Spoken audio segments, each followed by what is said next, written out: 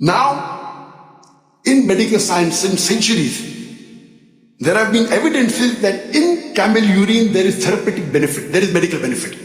Right hundreds of years before, we heard of Ibn Sina. Ali Ibn Sina, in his book Zad al-Ma'ad, volume 4, page number 47-48, he writes that amongst the urine of the camel, the most beneficial urine is the urine of the Bedouin camel known as Najib.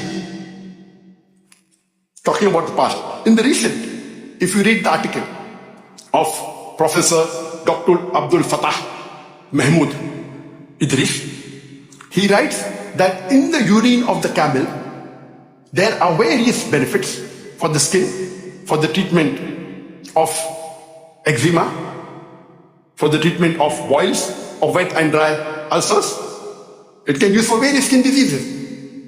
It also says it can be used for the hair, to thicken the hair and used against dandruff. There are various scientific evidences, research is done. It may not be as famous because it's not famous that ChatGPT did not pick it up. But if you go to medical journals, there are. If you read the work done by Dr. Ehsam Ali Awadi, he writes that in the urine of the camel, there is treatment for disease of the skin, like eczema, like ulcer. It even thickens the hair and even treatment of dandruff. And we know that there are various minerals in the urine of the camel. You also have to read the research done by Dr. Abdul Rahman Al-Khurshid, that in urine there is potential treatment for cancer.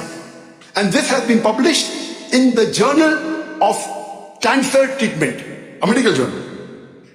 Again, it may not be as famous that the GPT should pick it up. So it may not be commonly known. So there are medical benefits.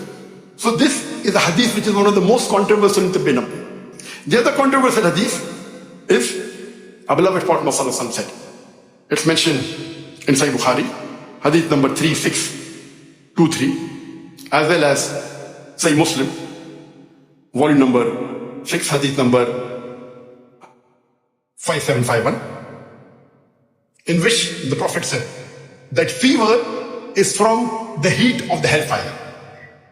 Cool it with water. I had done research on the hadith, now I'm doing research on ChatGPT. So today my information was approach. So I'm asking in Google first, can fever be treated by water, cold water? No. Ask the GPT, can fever be treated by water? No.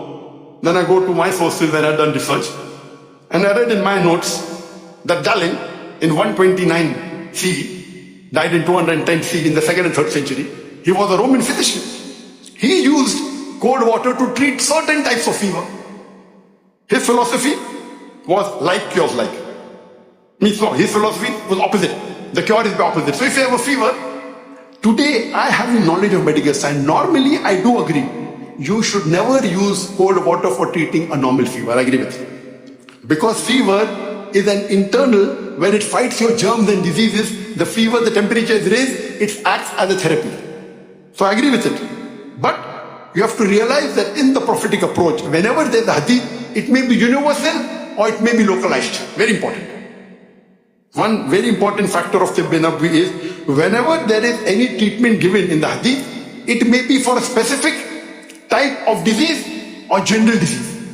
So when the Prophet here spoke about fever, it is not talking about the fever that you and I have normally. It's talking about heat stroke. Because in the desert, you normally have heat stroke. Now if you change your question, can you treat heat stroke with cold water? Golden treatment, golden treatment. So you change the question, you ask in Google, can you treat heat stroke with cold water? Yes, golden treatment. Number one. If you don't do it fast, the person may die. In the previous question, that's what type of a fever. So you can realize that the way you ask the question, your answer may be different. So please don't rely on Google. If the Google goes against the Quran, put the Google in the dustbin. If it goes against Sahih Hadith, keep this in mind. If the Google or ChatGPT goes against any Quranic verse, put it in the dustbin. Or do research how to prove it wrong. If you ask the Google, if it says anything, any information in the Quran again, okay, do research. You have to realize that you have to change your type of questioning so that you get the answer which supports the Quran. So when I changed my information, can you use cold water for heat stroke? Yes, golden treatment. So the fever that the Prophet is talking about in the hadith of Sahih Bukhari and Sahih Muslim is the heat stroke.